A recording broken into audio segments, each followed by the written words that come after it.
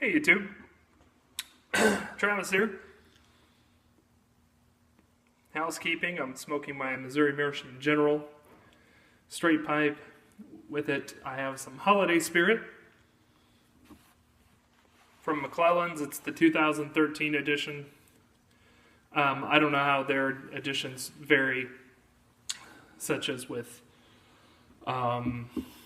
Cornell and Deals. I know they've kind of put a different Christmas blend out every year. I don't know if the Holiday Spirit is different. This one has notes of rum, pecan, and cocoa.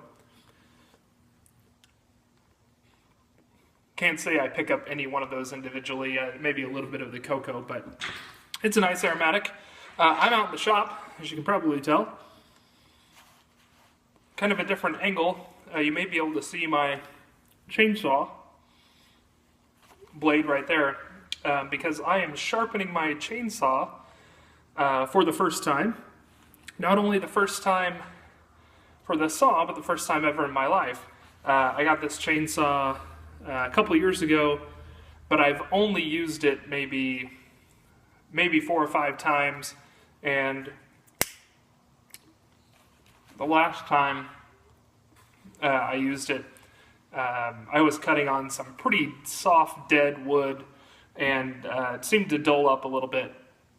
This is a used chainsaw. It was given to me as a gift, which is perfect for me because I'm a beginner, I'm a learner, so having a used chainsaw was perfect.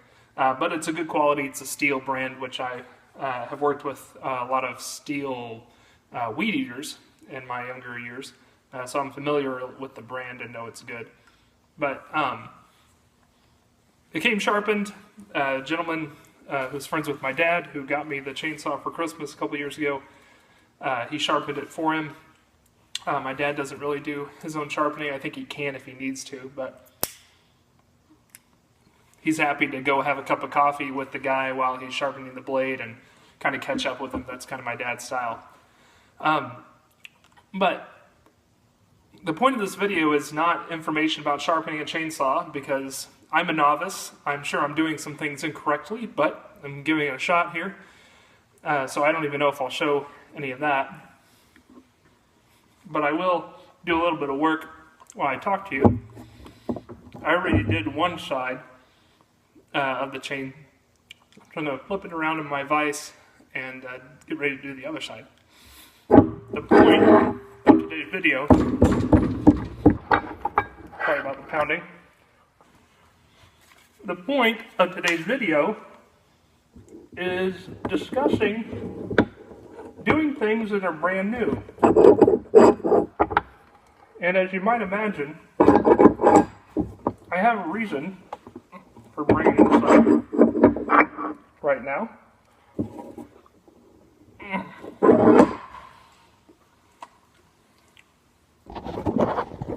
have to move my camera.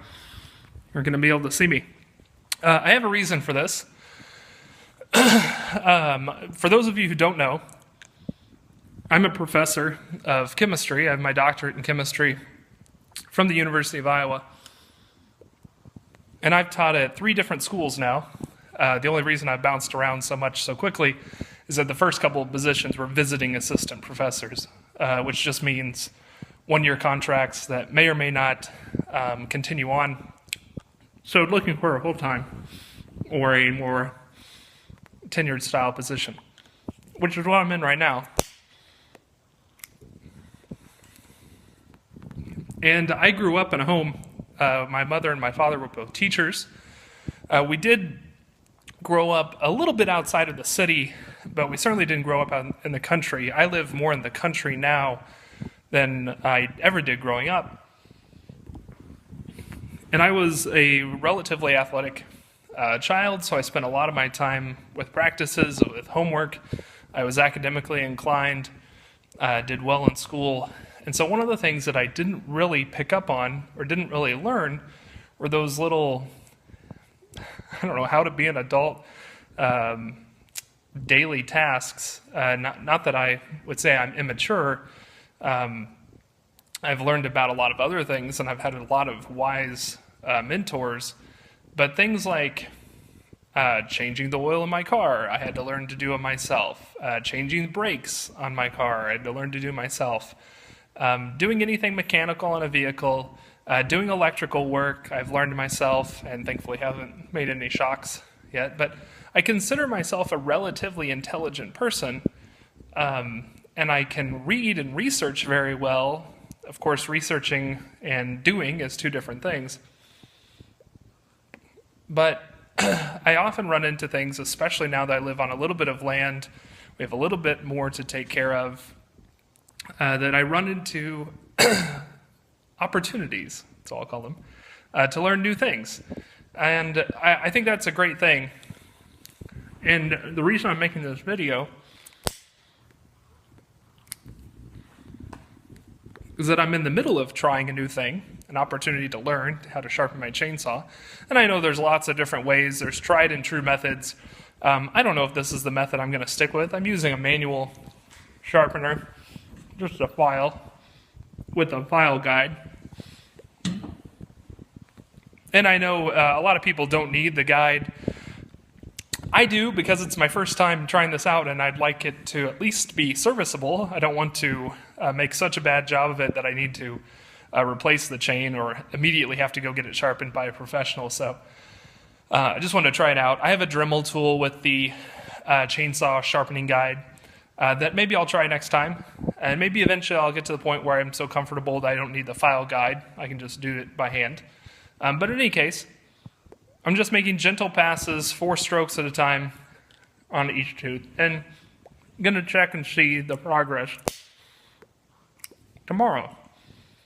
It's evening time now, so too dark to cut. But in any case, the reason for this video, I guess, if there is one, is not to say, hooray, I'm doing something new.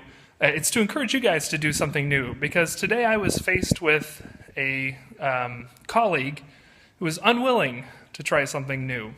And that's really disappointing to me. And I don't get angry very easily. I'm a pretty laid-back person. I get frustrated when people do things that are inconsiderate or selfish.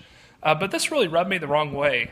And I think it's because I see a culture of this, especially in the United States. I don't know if it's worldwide.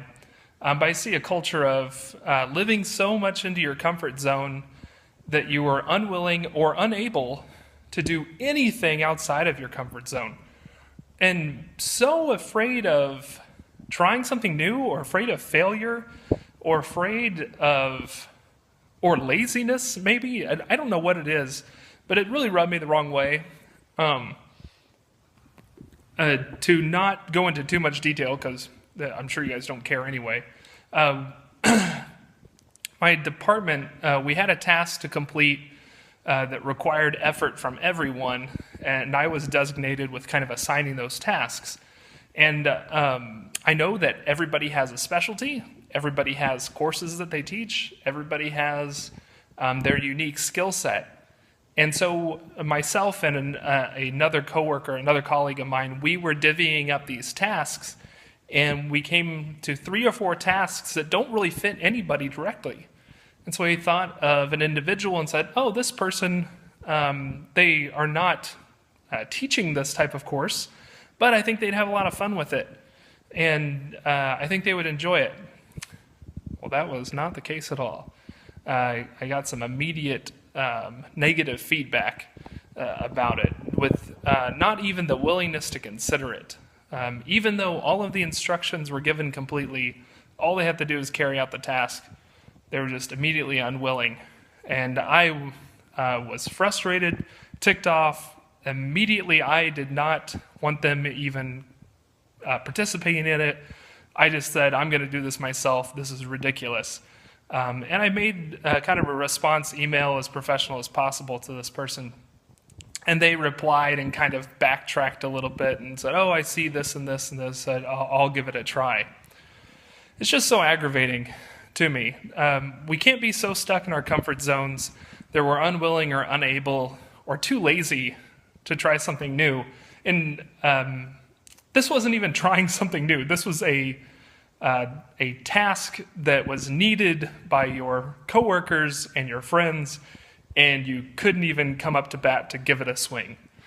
which was maddening. So I don't know. I'm sure we all have stories about that. Try your hardest not to be the person who doesn't try or is too lazy or can't get out of their comfort zone.